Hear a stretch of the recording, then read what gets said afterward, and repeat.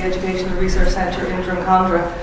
And some of you may be familiar with some of our work. We're the only dedicated research centre in the country. Some of you may be familiar with some of the tests we developed, the Drumcondra tests that are used in primary schools. We're responsible for them, not me personally, but the place I work in. We also undertake studies, international studies on behalf of the Department of Education, Pearls and Tims, for example, and PISA second level. We undertake national assessments of English reading and maths on a periodic basis.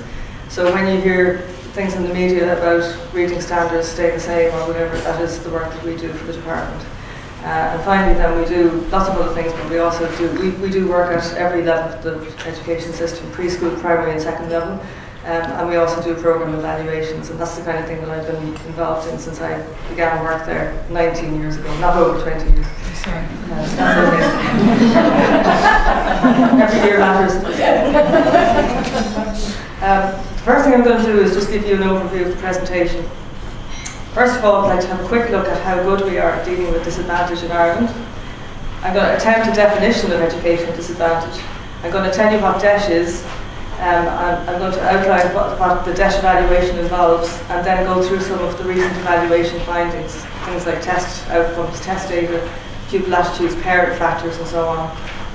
If I have time, I will go into a little bit of the evaluation findings at second level, in terms of achievement outcomes and retention levels, and just outline briefly some future evaluation plans. Basically, I want to take a quick trip down memory lane and just begin by saying that attempts to deal with educational disadvantage in Ireland were actually quite good when we look at our records in that area. 100 years ago, we were giving free school meals and books to what were deemed to be needy children. Back in the 1960s, the Rutland Street project was one of the first attempts in Europe to deliberately address educational disadvantage. It was set up in 1969, and I suppose it was set up in a climate of an increasing awareness of civil rights and equality concerns. That's how it arose. And the ERC, was one of the first things that it did was to evaluate the Rutland Street project. The disadvantaged area scheme grew from quite informal beginnings back in the 1980s. There was a handful of schools in that, and then it grew year on year over the next 10 or 15 years or so, until there were about 300 primary schools in it and about 200 secondary schools. The HSCL scheme, I know there's maybe a couple of people here that are involved in the HSCL scheme, Homeschool Community Liaison Scheme. It would be considered in the circles that I work in to be a flagship scheme. It's the envy of Europe. I have to say that about the HSCL people, even if there's only a couple of you here. It was the brainchild of Concepticology, who unfortunately is no longer with us. And she really served to drive that scheme, and it's still very, very much a force in education today in Ireland. Early Start is a pilot scheme for preschool, again aimed at addressing education disadvantage. It's only still a pilot scheme, even though it's been around for nearly 20 years, and it's in 40 centres, mainly associated with DEIS schools. Breaking the Cycle was introduced in 1996. I was involved in the evaluation of Breaking the Cycle myself. And it was limited to a pilot scheme, again, 33 big urban schools and 125 or so small rural schools. Giving Children Equal Break followed on from that, and then what I'm here to talk about today, DEIS, was introduced in 2005. So that's basically a quick whistle-stop tour of disadvantage over the last 100 years. Now, don't turn off.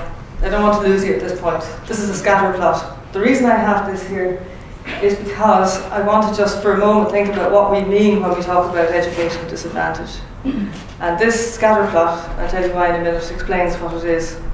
When I first turned up for a job interview at the ERC 19 years ago, the then director, who was a very formidable man, Thomas Kellaghan is his name, Dr. Thomas Kellaghan, he said to me, we're looking for somebody to do a study of disadvantage, educational disadvantage. Do you know what that is? And I said, no, I don't. I just said, I might as well be honest. I said, no, I don't know what it is. And he said, well, I've been studying it now for 30 years, and I still don't know either. So that was a great comfort to me. Anyway, I know a little bit more now about what it is. And effectively, for our purpose today, I'm going to draw on the definition of educational disadvantage as part of the 1998 Education Act, which says something, and I hope I get this right, It is the impediments to education arising from social or economic disadvantage that prevent children from deriving appropriate benefit from education. So, in that definition, you have two things. One is poverty, poor social background, and the second is poor educational outcomes. So if you look at this scatter plot, basically every little spot on that graph represents a second level school in Ireland. There's about 700 of them on that plot. And up the left hand side, you have average performance in the junior cert exam for the years 2002-2003. And along the bottom there, you have the percentage of children in those schools that have medical cards. And if you look at the distribution of those spots, you can see there's a very clear relationship, which says that the more medical cards they have in the school, the poorer the performance in the junior cert exam. And if you were to draw a line, it would go like this down. So there's a very, very strong relationship between home background and educational outcomes. And that isn't something that we've just discovered here, it's something that's been observed worldwide. So that is at second level, but we can also do it at primary level. This, I mentioned a minute ago that we manage national assessments on behalf of the Department of Education. So what this scatter plot is, this is the primary level. Again, each one of the little spots represents a school. And on the left-hand side, you have each of the 150 school scores on the National Assessment of English Reading back in 2004. It's a fifth class survey of fifth class pupils. And then on the bottom, schools that qualified for DEIS were rank ordered on the basis of an index of disadvantage, which was comprised of various poverty factors. And along the bottom there is, you could get a rank between, say, 1 and 350 based on the number of DEIS points you had. So the lowest obviously is 0 and the highest is 400. So again, we can see, it's not quite as clear, but there are quite so many spots on this graph. It's the very same kind of relationship. The kids, the fifth class kids in the National Assessment of Reading in 2004, the higher their school was on the DEIS rank order, the lower they were in terms of their achievements. And what I've done here is that the average on that test was 250 marks, if you like. That was the average across all schools in the country, and that's the one that goes across the middle there. The entry point for Band 2, DEIS schools are divided into Band 1 and Band 2 and then not DEIS. Band 1 being the most disadvantaged. The entry point for Band 2 is here, and the entry point for Band 1 is over there. So as you can see, if you just look here, there's not a single school that went on to qualify for Band 1 that's above the national average on the National Assessment of English Reading. So that's the first thing. There's one Band 2 school there which we would describe as an outlier, and that is a school that is bucking the trend. It's not where you'd expect it to be, and some of you might have reasons why that might be the case. One would obviously be that maybe it was quite a small fifth class, maybe they only had one fifth class in the school that year, and maybe it was a particularly strong fifth class, and that does happen even in schools where you have a lot of disadvantaged kids. Some years you just get children with a particularly strong group. There's also what we call error in terms of measurement. There's measurement error. So not only will there be measurement error associated with the index of disadvantage, which is the thing going on the bottom, but there's also measurement error in terms of assessing reading ability. Like a score on a reading test does not describe exactly your ability. It takes into account all sorts of other things, and there is error associated with that. So there's a few reasons why that might be there, but in general the pattern is the same as it was for second level. Now I'll just move on to the slide. If you watch what happens to the right hand side of this, programs like DEIS and attempts to do what you're attempting to do, which is raise the achievements and the literacy levels of people from marginalised backgrounds, if those attempts are actually working, what will happen to the spots on this graph means that they should move up. In other words, home background shouldn't have as much impact as it appears to now. So if DEIS works, that's what we would expect to happen. It's silly, it's fake data, it's not real. And I think it's the first time we've ever actually faked data. But that is what you would expect to happen if DEIS is actually having an impact. So that's what we're aiming to do. Okay, let me just talk a little bit about what the DEIS programme is. As you saw earlier, it's the most recent initiative aimed at addressing disadvantage at primary and second level. The ERC where I work was involved in the identification of schools for the programme. both primary and second level. Again, as I was saying, basically what happened was the department came to us and said, we want to put on a new scheme for disadvantage, and we want you to identify the schools for us, and we want you to do it at primary level and second level. So we said fine. Unfortunately, at primary level there is no primary pupil database, which would be very convenient, where we could look and we could see how many children in all of the 3,145 schools in the country have medical cards, they live in local authority housing and so on. And just a reminder that at primary level we have never used test scores to identify schools for resources to address disadvantages. It's always been socioeconomic indicators. It's different at second level. But there was an agreement between Mary Hannafin, I think it was at the time, and the teaching unions that there wouldn't be any account taken of outcomes in identifying schools for receipt of these resources. And I think even it said, and there never could be. So that helps to counter the argument sometimes you hear from schools that if we do particularly well, then they're going to take our resources away from us. So that is not the case as far as I'm aware. So basically what we did was we sent a survey, which is the quick and dirty way of doing this kind of work, to every principal in the country that over 3,000 schools. And we asked them 6 questions. How many kids in the school are in receipt of free books, a free book grant? At the time it was available to every school in the country.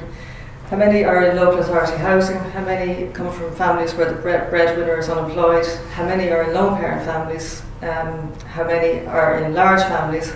And how many are from the travelling community? And effectively we played around with how that best predicted a test score, which was also provided by the principal.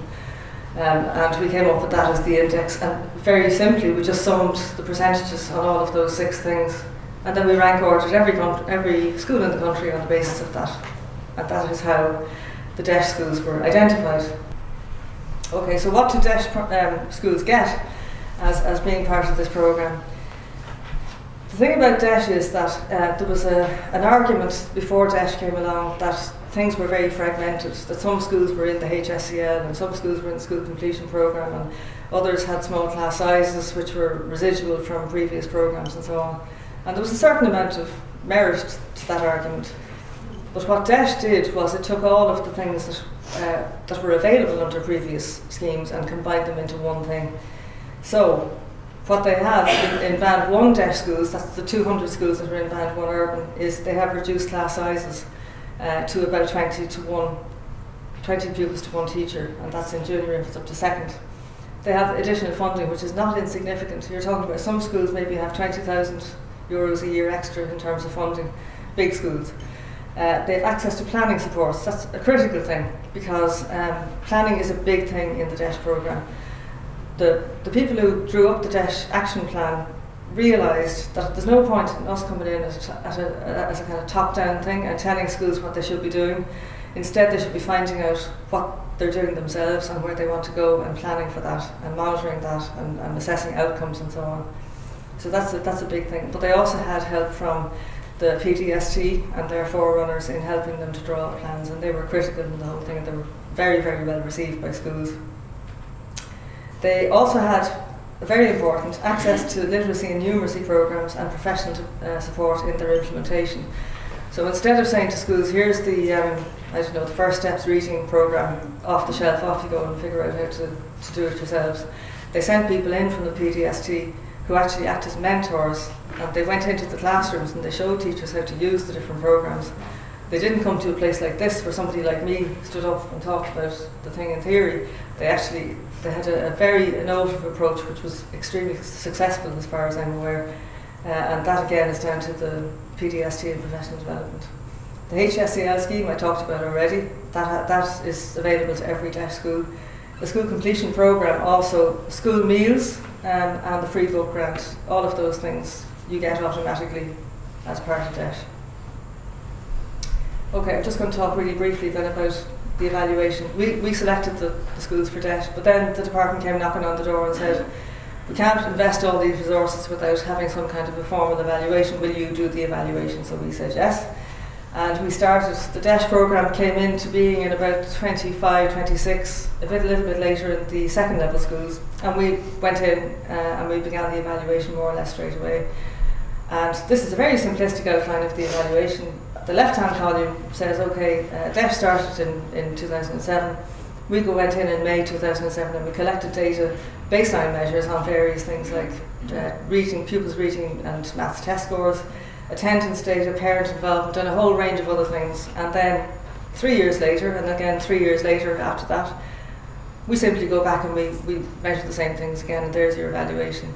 But the thing is that where those two arrows are in the middle there, there's a huge aching chasm of space, and there's an awful lot of things going on there outside of the programme as well as within the programme.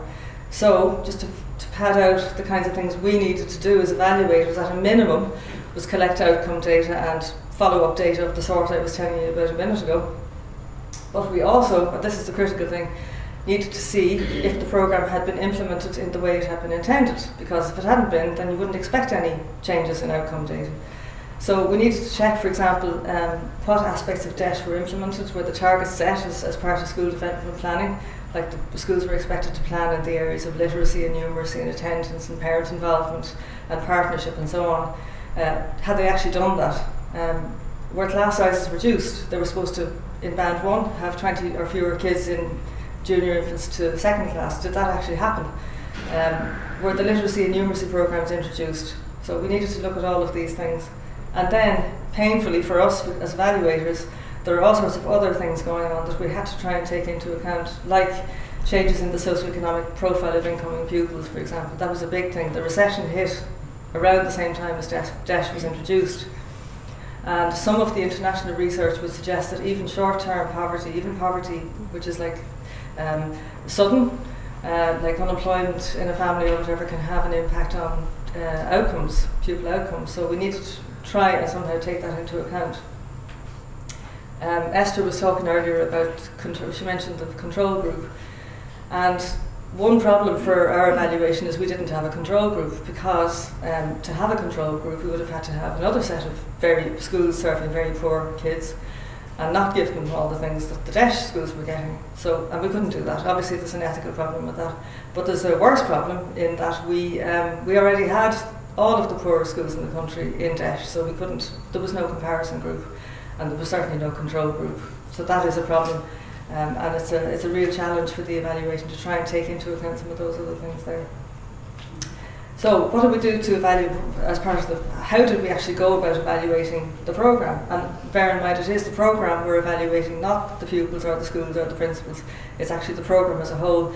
And everything we look at, more or less everything we look at on a macro level. So we're looking at the effects of the programme rather than on, although we are interested in how individual schools maximise the resources and so on, it's generally speaking an evaluation of the programme. Okay, so we monitored student outcomes, achievements and their attitudes. We did surveys. We sent out a survey to all schools in 2008 on planning and asked them had they started, and if so what their targets were and how they were going to measure them and who was going to do it and all that kind of thing. And then we followed that up again about 2 years ago. And we went back and we asked them how they got on. We actually gave them back what they said they were going to do. And it took us ages to do that because we had 300 and something schools, and we had to go back and look at the targets and go, okay, you said you were going to do this, how did you get on, or did you change it? And in a sense we were hoping that they say they changed it, because at the beginning you can't really know exactly where it is you want to go. So it was good if people kind of changed the targets and adapted them to their own circumstances as they went along. So that was the kind of school survey I'm talking about. We also had to spend a lot of time going out into schools and visiting them, because there's no point in me sitting behind a desk and just taking in paper stuff and inputting it and crunching numbers. That doesn't give you the full picture. So in both primary and second level schools we went out to schools. We visited all 200 of the second level schools last year, and we visited 120 of the urban primary schools as well. And we did interviews with the principals and staff, and we talked to the kids, and we met key people like hUallacháin coordinators and so on. And the other thing is, as part of the overall evaluation, we also did a couple of longitudinal studies. We were looking at the identification of children with early learning, early reading difficulties, and following them and seeing what kind of interventions they're receiving as they go along through school, like whether they get reading recovery or what kind of learning support they're getting and so on. And also how they're faring in terms of the standardised tests, because we need to keep an eye on that as well. Right, what do we find then? This is again, a brief summary of what it is we found. First of all, unlike previous evaluations that I've been involved in, we observed very high levels of engagement with the programme among staff. When we went into the schools, they knew what we were talking about. We knew that they were telling us the truth about things, and there was a very upfront, open kind of conversation going on. The classrooms were very open places. Actually, they tend to be in DEIS schools, much more open spaces than maybe in some of the non-DEIS schools that I've been in.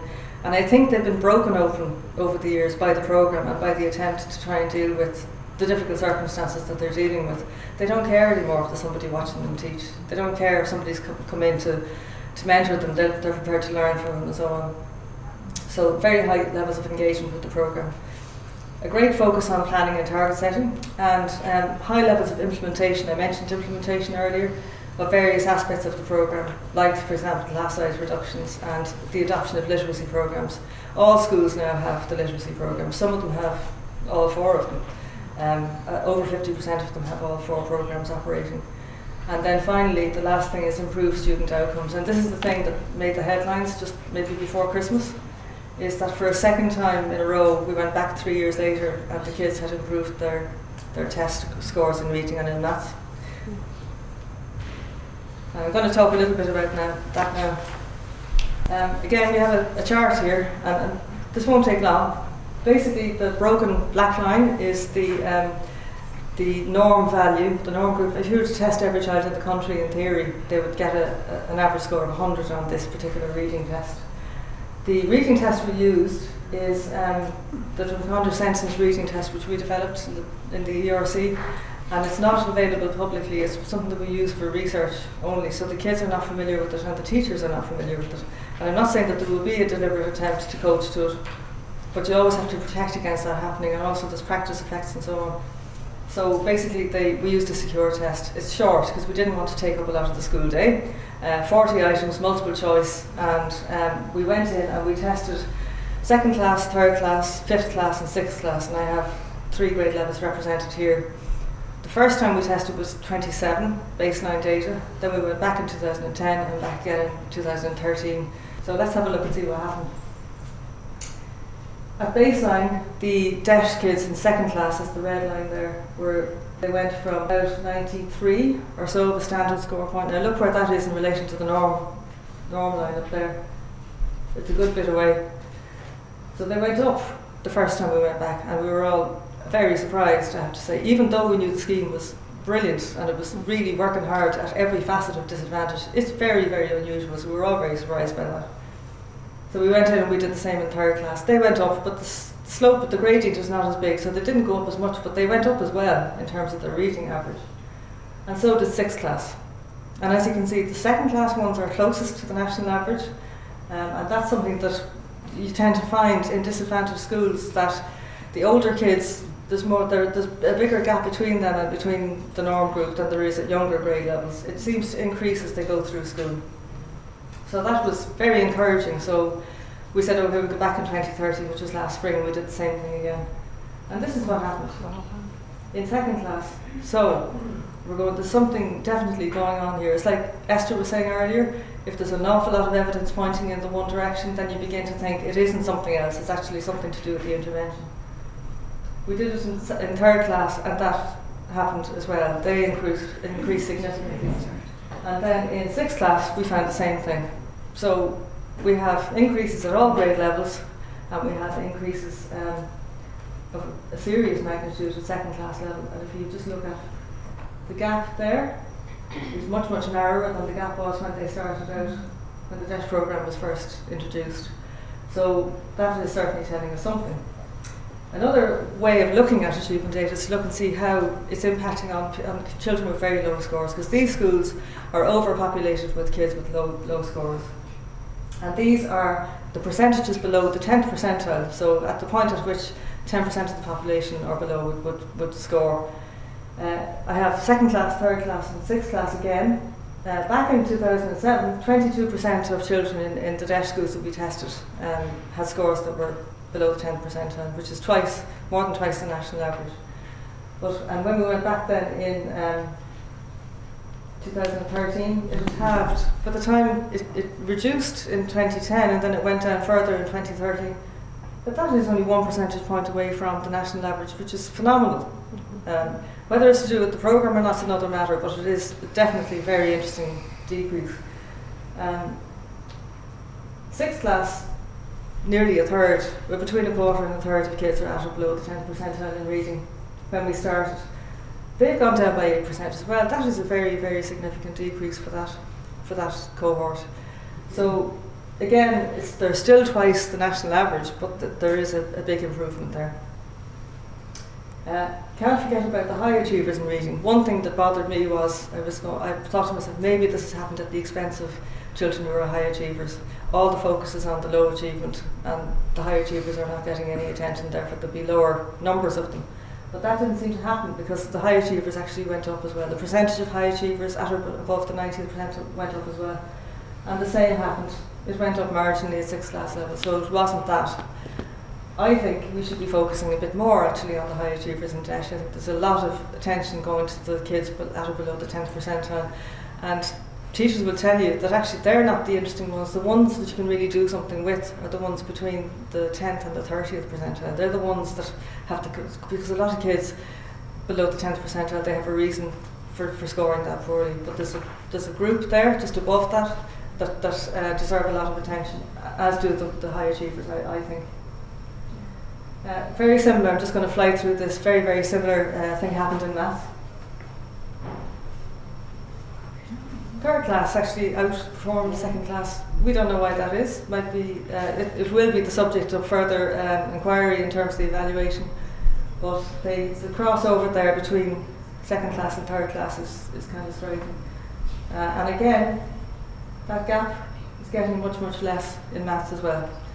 So now you have an increase for every grade level in reading and an increase in every grade level in maths. So there's something definitely going on. So what do the primary data tell us?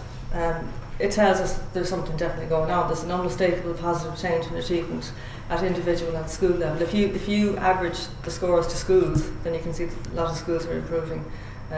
Some are staying the same, and a very small number went backwards. But that always happens, because maybe they're not implementing the programme as envisaged, or some other reason. Again, that's something the evaluation will look on in greater detail in the future. The change happened at all grade levels in reading and maths, and is particularly striking at second class level. The younger ones seem to be making more progress. Also, the change is most notable among the lowest scoring pupils. Now that could be a feature of some of the literacy programmes. For example, Reading Recovery is in a lot of the DEIS, all of the DEIS schools practically, and that focuses on low achievers in particular, at a particular stage, first class.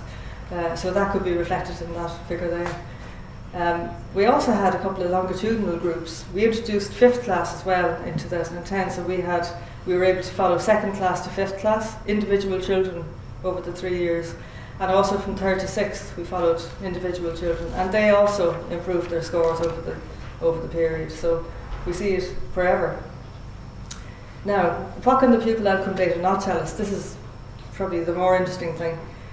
It can't actually tell us that the changes in achievement are due to the programme, which is what we're trying to evaluate. It's a real problem, partly because of the lack of a control group and so on. Some rival hypotheses would include they could be part of an overall national improvement. For example, maybe reading and maths standards have shot up over the last 6 years everywhere. The only argument against that is that the national assessments, which I've mentioned earlier, that have been carried out over the last 30 or so years by us in the ERC, never showed any increase in reading achievement. Despite everything that's been introduced, there has been no increase in reading achievement levels over the last 30 years. Now there is one due this year, another national assessment, and maybe that will show something else. And the same for maths. There really has been no change in standards since we started assessing reading and maths. So it's unlikely to be that. It could be, though, something to do with being exposed to the kind of test. Now, not the actual test, because that's not available, but the kind of test, the multiple choice kind of test. Kids are maybe getting more familiar with doing that. And particularly as part of the National Literacy and Numeracy Strategy, which promotes, they want everybody to be testing kids every year and reporting results back to the department. So it could be something to do with that. It also doesn't tell us why some schools improved their outcomes and others didn't. And it doesn't tell us if the programme is responsible, the identity of which particular aspects of it are responsible. And although the fact that DEIS is multifaceted and has all these bells and whistles and everything that ever existed before, it's a challenge for the evaluation, because we need to then unpick which is having an impact and which isn't. So that's a challenge. One thing I would say is there's a clue maybe in the fact that it is to do with the programme, in the fact that there are very high implementation levels. We know that people are using the literacy programmes, and it's kind of a no-brainer. If they've introduced literacy and numeracy programmes, then why wouldn't you expect an improvement? So maybe it is due to the scheme. There's evidence that schools have embraced various aspects, like planning, for example. They know where they stand now in relation to reading achievement and maths achievement. They know where they need to work, and they have strategies in place to address those things. So again, that would suggest that it might be the programme. Other things are, attendance has shot up in DEIS schools since the scheme began. We know that from the National Education Welfare Board data, and we also know it from data we collected ourselves. And one thing is that there were a lot more kids in on the days of testing in 2013 than there had been in 2010.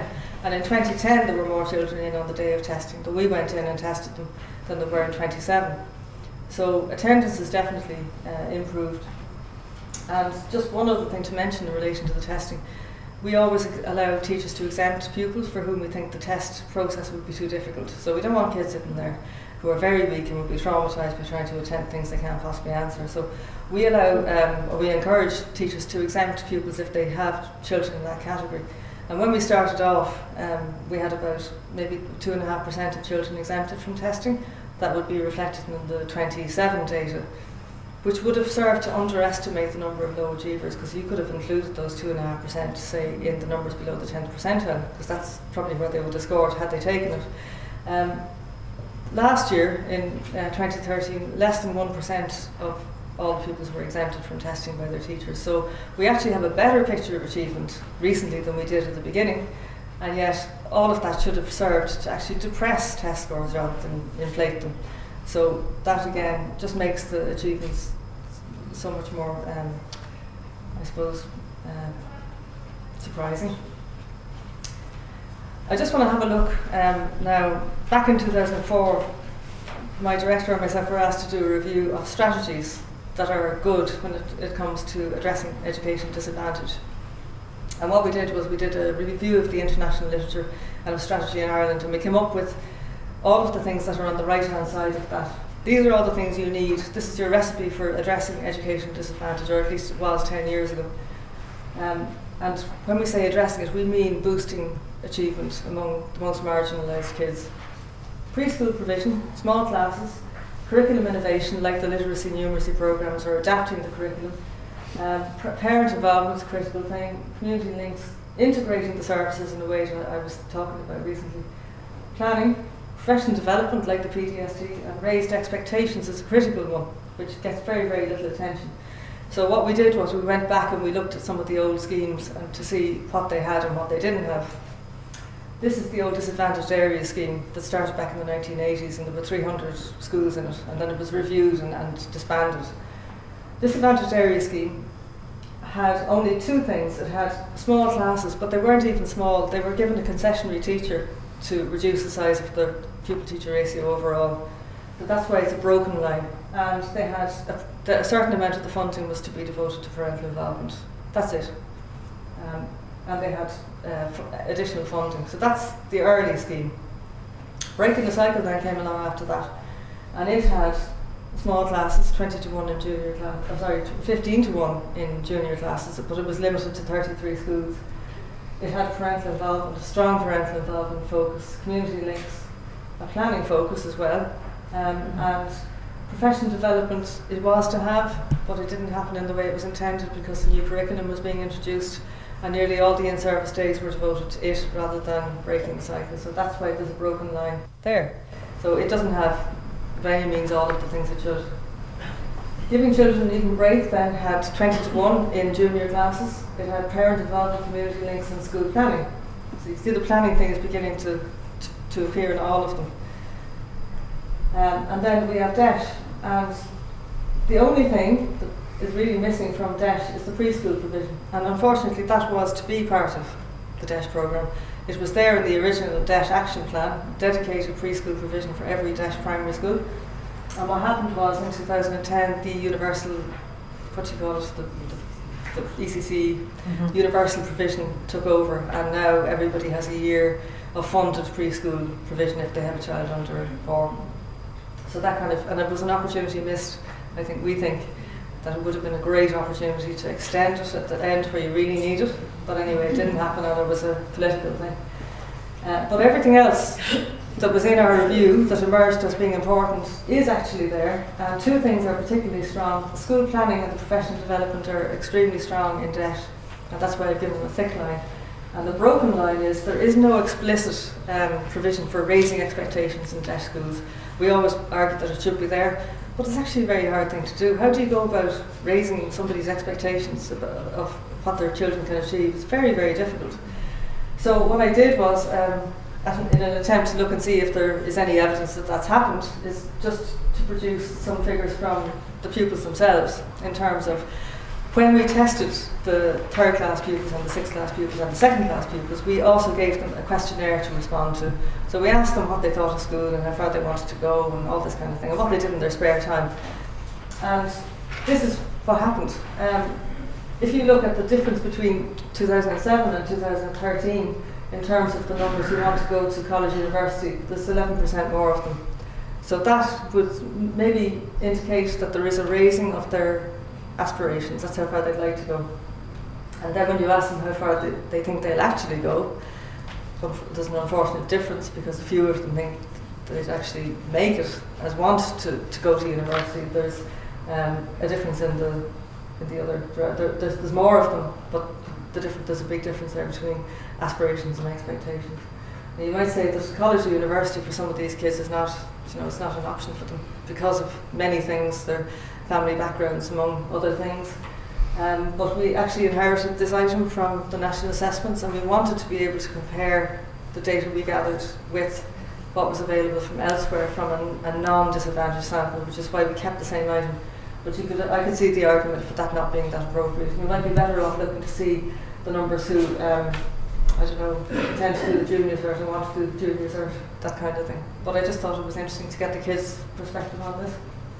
The other thing is we wouldn't want test scores to increase at the expense of kids actually enjoying school. So we asked them on each of the occasions how much they liked school. And it's quite interesting because the 3rd class children have increased their liking for school since 2007 in 2013, which is great, because it means that they're not disliking it more because they're maybe working harder at literacy and numeracy. And you can see the same thing has happened among 6th class pupils, but you can also see the discrepancy there between how much 3rd class kids say they like school and how much 6th class children say they like school. Now there could be there's probably a couple of things going on there. One is school is harder when you're in 6th class, particularly if you're struggling. And the other thing is it's probably not that cool to admit that you like school if you're in 6th class, so there could be elements of that going on there. The next thing then is to consider whether liking school or any of those pupil attitudinal things actually makes any difference. Does it relate anyway to how well you do in school? And these are correlations between reading and maths test scores, and for each child we have their reading and maths test score, and we have a response from them on a questionnaire item. So we put them all together, and this is what we found. It doesn't matter at all whether you like school in terms of your reading and maths achievement. It does matter though how far you want to go in school and how far you expect to go in school. So your educational aspirations and expectations are linked to how well you do in reading and maths. Reading outcomes are linked to how much you like reading but not maths, which makes sense. Liking maths is related to how well you do in maths, which also makes sense, but not reading. And interestingly, the time spent doing homework is negatively associated with reading and maths outcomes, and that is probably because, and what it means is that the more time you spend on your homework, the worse you are at both reading and maths. It probably is because children who need to spend a lot of time on their homework are weaker at those subjects anyway in the first place. Reading for books for fun is associated with increased reading test scores. And surprise, surprise, time spent on computer games is negatively associated with both reading and maths scores. So if you spent an awful lot of time on computer games, you're not going to do it well, probably because you're taking time away from literacy and numeracy activities. Any difference between boys and girls? This is kind of interesting as well.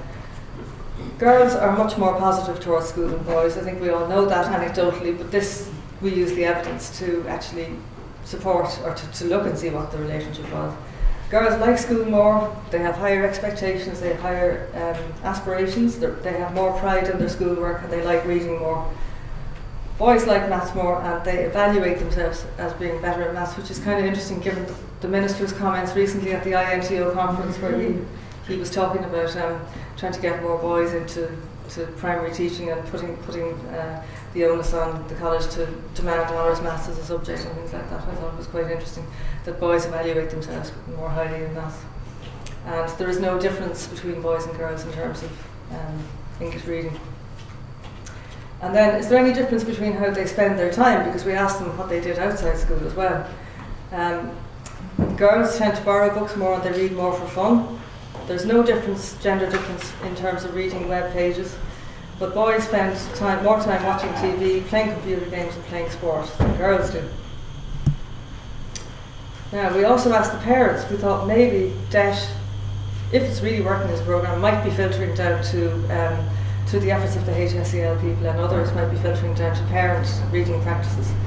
So there was a parent questionnaire, of course, for every child that was tested. And parents were asked about their reading behaviour and various other things. And as you can see, there's no perceptible difference between the percentage of parents who say that they read books most days or every day in 2007 and 6 years after the scheme had been in place in 2013. The number of books in the home doesn't seem to have increased. If anything, it's decreased slightly. More than 250 books in the home, only 9.2% of parents said that they had more than 250 books in their houses back in 2007, and that had decreased to 7.9% in 2013. It may strike you as a peculiar item, but this item actually is the bread and butter of all sorts of surveys over the years, international surveys and surveys here in Ireland. It's an extraordinarily good proxy for a print-rich environment, is the number of books you have in your home. It speaks volumes about the priority you place on education and so on, and yet it looks like such an innocent little variable there. I think it's going to become less useful because of things like Kindles and people reading online, and maybe that even explains why it's gone down in 2013, that people are not buying the books anymore, they're actually going online to read things, or they have Kindles or whatever. So I wouldn't put too much into that, but I just thought you might like to see some parent stuff. The 120 schools that were the subject of the achievement testing and all of the data you've seen so far, there are only 120 out of 340, and it's occurred to us, so what if they're not representative somehow of the sample as a whole? What do we, suppose we're saying, okay, DEIS is great, but there's 200 schools that aren't even represented in our data. So we decided what we'd do is we'd go on a roadshow of sorts around the country, and we would invite all of the DEIS principals, including those in the 120 and all the others, to tell us what they thought of the scheme, and to see if they thought what we had produced in this report. It's only a tiny little report on the achievement data came out before Christmas. We sent them one of these and we said we'd like you to read it and tell us if that is your own experience, basically. And it was very heavily focused on achievement outcomes. It included a sample of 120, and it didn't look at factors behind the change. So we did 9 nationwide seminars in March, and there's the locations there. And before we did the seminars, we sent a questionnaire out to all of the urban principals, and only, 220 of them returned them, so we have data from that as well. We wanted to know that both the seminars and the questionnaire, whether similar changes occurred in the schools outside of our sample of 120. Could the changes be attributed to participation in the SSP, or DEIS as people call it? And if so, to what particular factors can the changes be attributed, and has progress been made in other domains that we didn't measure? So we asked them how the patterns of achievement resonated with them over the 6 years. Did they say it was the same, or better, or worse? The vast majority said they had seen similar gains to those described in the sample of 120. And in fact, a considerable percentage said they'd seen greater gains. So that was comforting, because we now knew that this experience of the 120 was reflective and representative of maybe the rest of the schools in debt. What were the most important determinants of the gains, and to what do you attribute these gains? We actually gave them a list of things to pick from, and this is the order in which they said these things were important. Introduction of specialised literacy and numeracy programmes, clear target setting and progress monitoring, that's planning, and reduced class sizes in that order. That's what they told us were making a difference. We asked them, were there any changes in home support? Ultimately, that is the key to addressing educational disadvantage, and it's what all of you are currently involved in. It would be good, we thought, to try and establish if there had been any movement in that area. What they said was, this is just some of what they said, the pleasant school environment provided by DEIS can combat negative attitudes of some parents towards the education system. They see all of the resources in the schools, they see the small classes, they see all the equipment and money, they're colourful, happy places by and large, and the parents are beginning to develop the kind of positive attitude towards school. However, in some cases they said the extra resources actually have unintended consequences, and those would be, in some cases, an abdication of responsibility on the part of parents. The parents are now saying school can do it all, they can give them their lunch, even down to things like school meals, and even though that was part of the whole package for DEIS, it is a kind of unintended consequence in that it removes the responsibility from parents to be looking after that kind of thing. That was isolated, but it was mentioned. And also, there absolutely needs to be a greater focus on improving parenting skills and tackling mental health issues in the families in DEIS schools. That's one thing that DEIS didn't set out to address, but if you talk to people, it's the one thing they say that it needs to think about it. We also asked them what was the least important thing in terms of the gains. They said it's not overall national improvement, like I was suggesting it could be earlier. It's not increased exposure to standardised tests, and it's not newcomer pupils, because in some schools the principals were saying, or anecdotally you hear, oh, we have a lot of children from Eastern Europe and they're great at maths and they're lifting the standards in the schools. So we said, well, maybe that's it. Maybe it's nothing to do with the programme, it's just the fact that the composition of the school is different. They said, no, it isn't that. And actually we've looked at native Irish children and the children of migrants separately in terms of reading and maths, and both made improvements over the period. So we asked them, was there anything beyond achievement gains? Because that's not the only thing we want to know about. We're interested in any impact of the scheme. They said attendance had greatly gone up. Attitudes were better, behaviour was better, aspirations were better, and engagement in school was better. That's massively important, as far as, in a sense, it's more important than the test data. There is an issue with behaviour still. Pupil behaviour, emotional behavioural difficulties in DEIS schools is an issue that hasn't been addressed by the programme adequately, and we keep feeding that back to the department. I don't know what they can do about it, because it's almost veering into the clinical side of things, and the department will say we are not clinicians, we're not doctors, we're not therapists, and you can't be spending money on addressing that kind of thing. So it's certainly something that we need to put in headlights. They also say that in terms of pupil enjoyment and engagement, goals are now set at the level of the child, and there's always a sense of achievement, even if that's only a small step for the child. They still have, it's back to the severe emotional difficulties thing, the number of children being medicated is alarming. The programme simply cannot be delivered if the child is not connected. And for some, they say that third level aspirations are just not on the radar, they're not part of their mindset at all. So basically, our roadshow and our questionnaire that went with it said that the results were very similar to the schools that we had in our sample, and that the improvements were seen in diverse areas, not just in relation to test data. And also they have optimism for the future, in that they figured that more could be achieved, and that they hadn't reached a plateau. I'm just going to talk, I'm only going to have time to talk briefly about the issue of rural disadvantage, and I'll probably have to leave the second level stuff altogether, I'm afraid. Rural disadvantage, the reason I have this here is that, first of all, I have a special interest in it. Secondly, there is a rural dimension to DEIS primary. And thirdly, when DEIS was launched by the department, they said they wanted a special study of rural disadvantage to be done. So we started that at the same time we started the evaluation. And if you think about it, 65% of schools in the country are actually located in rural areas. It only began to be recognised as being worthy of putting resources for disadvantage into it after the designated area scheme was reviewed, and there was only a handful of rural schools in it, and yet there was an awful lot of disadvantage in rural areas. Breaking the Cycle, as I said earlier, had 125 little rural schools in it. Giving Children Even Break had about 300 in it, and DEIS has about 340. Now, the rural schools have always, like urban ones, been identified on the basis of numbers of poor kids in them. But any studies or evaluations that looked at rural schools have also found that even though they've been selected on the basis that they were poor, serving poor families, their achievements were not as poor as their urban counterparts were. So Breaking the Cycle that I was involved in, for example, showed that the rural kids were doing much better on reading and maths than their urban counterparts were, and they were closer to the national norm.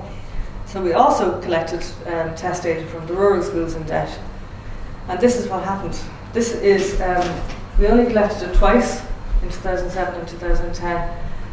At baseline, rural reading 96.3 and went up to 97.7, which is very close to the norm group average of 100, so it's creeping up. First of all, rural reading and rural maths both increased over the course of the evaluation.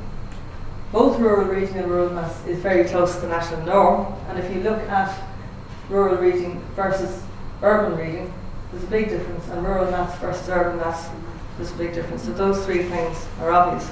So I thought it might be interesting to look and see why might that be the case, and are there any lessons that we could learn that we could apply to urban disadvantage. So there's a few hypotheses as to why they might be different. One is that small school size somehow acts as an antidote to poverty. So just by virtue of being in a small school, you're better off. Second thing is that poverty is less concentrated in rural schools. You know, they're all out there, but it's more dispersed and less concentrated. Whereas in urban, you have these big local authority housing estates or blocks of flats or whatever, and all the kids go to the local school. It's not quite like that in rural areas. For some reason, maybe rural pupils are less susceptible to the effects of poverty than their urban counterparts are. Maybe they're protected from it by something. And certain factors may mitigate the effect of poverty, for example, things going on at their homes or in their communities. So the first thing I did was I broke the rural schools into small, medium and large, and I looked at their reading and maths test data. So you can see there that they're virtually identical. Small schools, medium schools, large schools, 96.6. In fact, they're so close that I thought I'd made a mistake and I asked someone else to do it, and they came out the same thing. And then I did it again. It's definitely, there is no effect of school size going on in this particular sample.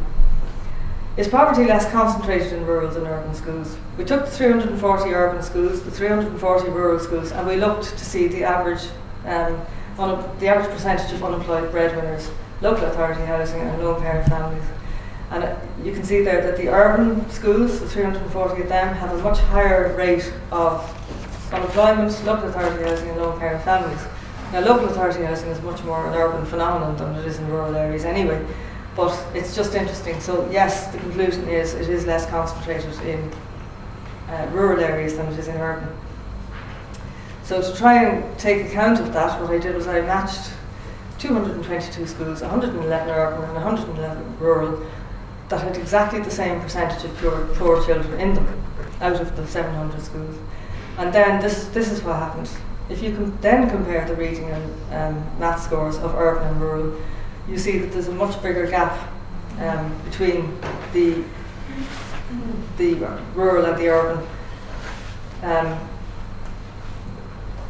The gap is greater in urban than it is in rural, which means that even if you make them the same in terms of poverty, that gap still exists. So there's something different going on. There's a differential achievement of pupils in the urban and rural, and it's not simply a reflection of lower levels of poverty. So then, basically what I did was I took medical card holders and not medical card holders, which we know from parent questionnaires, and basically compared medical card holders in urban and rural areas. And again, the gap was much smaller in rural areas between those who had and had not medical cards than it was in urban areas. And also, if you look at the correlation between medical card possession and achievement, it's minus 0.5 in urban, which means as one goes up, as the percentage of medical cards goes up, the achievement goes down. In urban areas, there's a much lower correlation in rural areas than there is in urban, meaning that that relationship is not nearly as strong. So, are there differences between urban and rural pupils in their attitudes, behaviours and home backgrounds? Now we're getting to where I think the difference is. We had things like pupil questionnaires, we had rating forms completed by teachers, and we had parent questionnaires to look at this. These are certain variables, and just the urbans came out higher on all of these things. Urban pupils like school more than rural pupils do. They have higher educational expectations, they like maths more, and they rate themselves more highly in maths, which is very interesting given that the rural pupils do a lot better than they do. And then there's a whole lot of things there where there's no difference. You look to see how urban and rural pupils engage in their free time. Urban pupils are higher on reading web pages, watching TV, playing computer games, hanging out with friends. They spend an inordinate amount of time doing that. Members of online communities and members of youth clubs. The only thing that rural pupils do more than urban pupils do is play sport, members of sports clubs. And make of that what you will. To me, it looks as though there's more hours in the day in urban areas than there are in rural. Because they spend so much time travelling. And then finally, they spend so much time in the car. That's possible. Transport Transport was mentioned earlier. An hour each way to get to anything. Yeah, absolutely. Yeah. Then I just want to read it. I'm going to finish now. This, home background factors. What are the home characteristics of urban and rural pupils from poor households? Again, this is limited to medical card holders. Teachers rated each child on various things like home support, attendance, behaviour in class. In rural schools, on all cases, they were higher for rural children. Parents' educational level is higher. Parents read more. They read more frequently to their preschool children. They have more books in their home. Their child uses educational resources in the home, like atlases and dictionaries and so on. And then there are no differences in those estimates of rural and urban parents' estimates of their child's reading ability or maths ability or use of public library or what percentage of them are unemployed. So some things there at the bottom, there are no difference between the parents, and yet the things at the top there, they are all quite different. So you're beginning to see a pattern emerging here of maybe the home background of rural and urban and how that might be impacting on achievement. All of those things matter. There's a relationship between achievement, kids' achievement, and the number of books in the home, frequency of reading. It applies in both urban and rural. The teacher's rating of level of home support, parents' own educational aspirations, pupils' educational aspirations and parents' educational level. And if you put all of those variables into a factor analysis, you try to reduce them to something manageable that predicts achievement. You come out with three things. One is an educational resources factor. One is a student's attitude towards school factor, and the other is participation in extracurricular and out-of-school activities. In urban areas, they account for 22% of the variance in achievement, which means that if you have the values on those three things, you can account for a reasonable amount of the achievement in variance in reading achievement. You can account for more of the variance in achievement if you know values on those variables in rural areas. So that means there's something else coming into play in urban areas. And also they feed in differently to the prediction of achievement, depending on the location. In rural areas, the most important thing is the educational resources and practices in the home. That's the key thing when it comes to outcomes. Followed by students' own attitudes, followed by what they do in their spare time. In urban areas, it's the students' own attitudes, followed by educational resources, followed by participation in out-of-school activities. I'm going to leave it at that because I've run out of time. But there are some remaining slides in the, I think they're in the pack that you provided to everybody. Yeah. Okay, thank you very much.